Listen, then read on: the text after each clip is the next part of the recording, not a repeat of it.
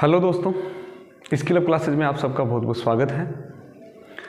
आज हम एक नए टॉपिक के साथ आपके सामने हैं, त्रिभुज के केंद्र। वैसे तो वृत्त का केंद्र होता है, सर्कल का सेंटर होता है, लेकिन त्रिभुज के भी केंद्र होते हैं। 9-10 वाले जो बच्चे हैं उनको पता है, जो परिकेंद्र, अंत केंद्र। साथ में हम और भी केंद्र की बात करने वाले हैं, जैसे केंद्रक, साथ में लंब केंद्र और बहिष केंद्र। इन सब की आज एक वीडियो में बात करने वाले हैं, तो ध्यान से बने रहिए। सबसे पहले देखिए, हम बात करते हैं केंद्रक की। इनमें क्या होता है कि बच्चे कंफ्यूज हो जाते हैं। अब कैसे कंफ्यूज होते हैं देखिए, ये बहुत सारे हैं। जैसे सबसे पहले हम केंद्रक की बात करते हैं, सीरियल से हम बात करेंगे। सबसे पहले केंद्रक देखिए, ये हमने क्या बना दिया, त्रिभुज बना दिया। ये हमने एक त्रिभुज बना दिया, ए बी और सी। ध्यान से देखिएगा, ए बी एंड सी। अब आपने सुना होगा कि त्रिभुज की माध्यिकाएं होती हैं। वैसे माध्यिका तो स्टैटिक्स का पॉइंट है, लेकिन यहां पर भी एक माध्यिका आता है। जब एक शीर्ष से सामने वाली भुजा के मध्य बिंदु को मिलाते हैं तो वो होती है त्रिभुज की माध्यिका। अब जब ऐसी माध्यिकाएं तीनों शीर्षों से खींचने के बाद जब आपस में मिलेंगी, प्रतिच्छेद करेंगी, उस बिंदु को ही हम क्या कहेंगे, केंद्रक। ऐसा बिंदु जो त्रिभुज की माध्यिकाओं का प्रतिच्छेद बिंदु क्या होता है, केंद्रक होता है। आइए एक बार बनाते हैं, देखिए सामने। ये हमने यहां से इस शीर्ष से लेकर सामने वाली भुजा के मध्य बिंदु के ऊपर एक रेखा खींच ली। इस शीर्ष से सामने वाली भुजा के ऊपर ये वाली रेखा खींच ली, और इस शीर्ष से सामने वाली भुजा के ऊपर ये वाली रेखा खींच दी। अब इन तीनों का जो मध्य बिंदु है, यही आपस में क्या है, यही आपका नाम है केंद्रक। क्या नाम है, केंद्रक। और ये तीनों क्या हैं, यही आपकी क्या है, माध्यिका है। क्या है, माध्यिका है। ये तीनों माध्यिकाएं हैं। अब माध्यिकाओं का एक कंसेप्ट और है। देखो, मैं एक को मिटा रहा हूं, ये मैंने इसको मिटा दिया, ये मैंने इसको मिटा दिया, और ये मैंने इसको मिटा दिया। मतलब अब देखो, आप तीन त्रिभुज बन रहे हैं। अब ये तीनों त्रिभुज बराबर बनते हैं। जब माध्यिकाओं के द्वारा जो केंद्रक का निर्माण होता है, तो केंद्रक के बनने के बाद जो ये तीन त्रिभुज दिख रहे हैं ना आपको, ये तीनों त्रिभुज क्या होते हैं, बराबर होते हैं। इनका क्षेत्रफल क्या होता है, बराबर होता है। ये भी एक कंसेप्ट है, थ्योरम है। आगे देखिए, सेकंड अपना। सबसे पहले हमने केंद्र की बात कर ली। अब आइए, अब हम एक लंब केंद्र की बात करने वाले हैं। लंब केंद्र, लंब केंद्र देखिए, ये वाला हमारा एक क्या है, त्रिभुज है। ध्यान से देखिएगा, ए बी और सी, ये हमने तीनों शीर्षों का नाम दे दिया, ए बी सी। अब जब तीनों शीर्षों का नाम दे दिया, अब लंब केंद्र क्या होता है, देखो नाम से ही परिभाषित हो रहा है कि कुछ ना कुछ लंब डलेगा कहीं ना कहीं। हमने इससे सामने वाली भुजा के ऊपर लंब डाल दिया। हमने नहीं कहा कि वो मध्य बिंदु पर जाएगा, वो कहीं भी जा सकता है।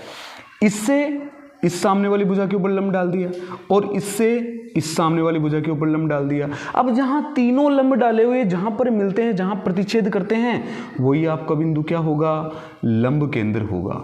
फिर से देखिए, शीर्ष से सामने वाली भुजा के ऊपर हमने क्या डाला, लंब। जब तीनों लंबों के प्रतिच्छेदी रेखाएं जहां पर मिल रही हैं, वही आपका बिंदु क्या होगा, लंब केंद्र होगा। परिभाषा नाम से ही डिसाइड हो रही है, कहीं ना कहीं लंब डलेगा, तो हमने क्या डाल दिया, लंब डाल दिया। उम्मीद आपको समझ में आ गया होगा। आगे देखिए, ये आपका 10th क्लास में आपने पढ़ा है, एक तो होता है अंतकेंद्र, जिससे कि अंतवृत्त का निर्माण होता है, और एक आपका होता है परिकेंद्र, जिससे परिवृत्त का निर्माण होता है। ऐसा केंद्र जिससे परिवृत्त का निर्माण होता है, ये त्रिभुज के शीर्षों से होकर जाता है, ये त्रिभुज की भुजाओं को अंततः स्पर्श करता है। देखिए, हमने ये बना लिया एक त्रिभुज, ए बी और सी। यहां पर भी हमने ये बना लिया त्रिभुज। देखो, दोनों एक साथ पढ़ रहे हैं हम, ए बी और सी।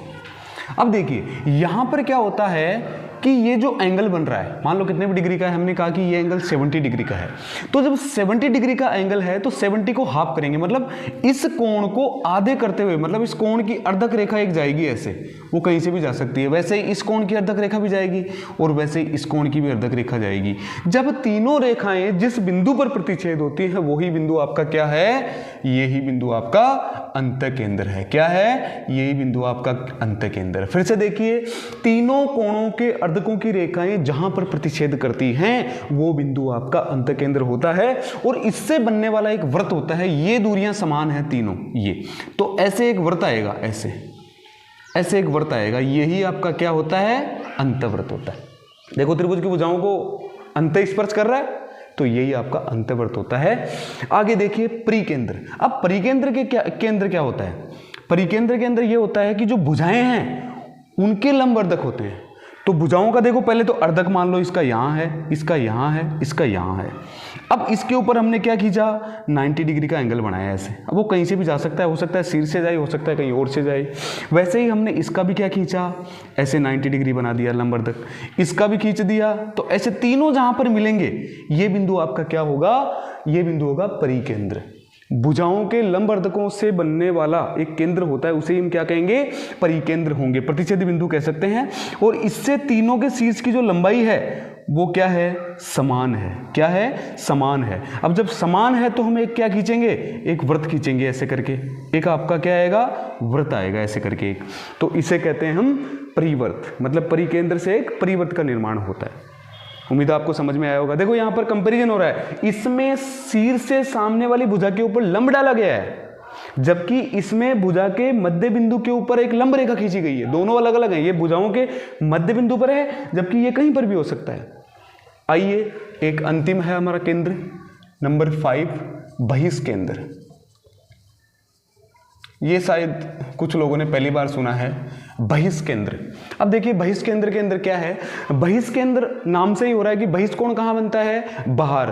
तो बहिष्केंद्र भी कहीं ना कहीं बाहर ही बनेगा। देखिए ध्यान से, जो लोग पहली बार पढ़ रहे हैं वो देखिए ध्यान से। ये हमारा क्या है? ए, बी और सी, ये हमारे क्या हैं? शीर्ष हैं। अब देखो मैं कह रहा हूं कि ये इनको आगे बढ़ाओ। ये हमने इसको भी आगे बढ़ा दिया और इसको भी आगे बढ़ा दिया। अब ये आपका बन गया एक बहिष्कोण और ये भी आपका बन गया एक बहिष्कोण। अब बहिष्कोण का क्या करना है? आधा करना है। जैसे हमने किस में किया था? अंत केंद्र में किया था। वैसे ही इस बहिष्कोण का हमने क्या कर दिया? आधा कर दिया ऐसे। तो ये आधा इधर से जा रहा है और ऐसे ही इसका भी हमने क्या कर दिया? आधा कर दिया। ये लो। और एक हमारा जो कोण अंतकोण बच गया, इन दोनों बहिष्कोणों के अलावा एक अंतकोण बचा हुआ है, इसका भी हम क्या कर देंगे? आधा कर देंगे, अर्धक कर देंगे बिल्कुल। और एक अर्धक रेखा आ जाएगी ऐसे। ये आपका जो बिंदु है ये आपका क्या है? बहिष्केंद्र है। अब ये 3 बनेंगे, ऐसा इधर भी बन सकता है, ऐसा इधर भी बन सकता है। मतलब बहिष्केंद्र ऐसे हैं जो कि आपके 3 बनेंगे। अब देखो अंतकेंद्र से अंतर्वृत्त बना, परिकेंद्र से परिवर्त बना, ऐसे ही बहिष्केंद्र से एक बहिष्वर्त बनेगा जो इन तीनों भुजाओं को टच करते हुए ऐसे जाएगा। एक ऐसे ऐसे जब ये आगे जाएगा तो देखो इन तीनों भुजाओं को, इसको इसको इसको, तीनों को क्या करेगा? ये टच करते हुए, स्पर्श करते हुए जाएगा। तो ये आपका बहिष्केंद्र है। फिर से बता रहा हूं, एक केंद्रक है, माध्यिकाओं का प्रतिच्छेद बिंदु, लंब केंद्र, सिर से सामने वाली भुजा के ऊपर लंब डाला गया है उन रेखाओं का प्रतिच्छेद बिंदु, अंतकेंद्र, कोणों के अर्धकों के जो रेखाएं गई हैं उनका प्रतिच्छेद बिंदु, परिकेंद्र, भुजाओं के लंब अर्धक का जो प्रतिच्छेद बिंदु है वो, और एक आता है बहिष्केंद्र जो कि हमने तीनों कोणों का अर्धकों से जो रेखाएं जा रही हैं उनका प्रतिच्छेद बिंदु क्या होगा? बहिष्केंद्र होगा। आज के बाद में मुझे नहीं लगता कि इन त्रिभुज के केंद्रों में आपके साथ कोई कंफ्यूजन रहेगा, क्योंकि कई बार कंपटीशन एग्जाम में और स्कूल एग्जाम में ऐसा पूछा गया है आपस में मैच करने वाला। इनकी कुछ कुछ छोटी छोटी डेफिनेशन दी हुई होती हैं और आपको मैच करना होता है और आप हो जाते हो कन्फ्यूज। देखो सब जगह लंब लंब कहीं जगह दिख रहा है आपको, तो आप हो जाते हो कन्फ्यूज। आज के बाद में आपका कन्फ्यूजन बिल्कुल नहीं रहेगा। उम्मीद है आपको समझ में आया होगा। अगर इससे रिलेटेड आपका कोई क्वेश्चन है तो आप हमें कमेंट सेक्शन में भेजिए। धन्यवाद।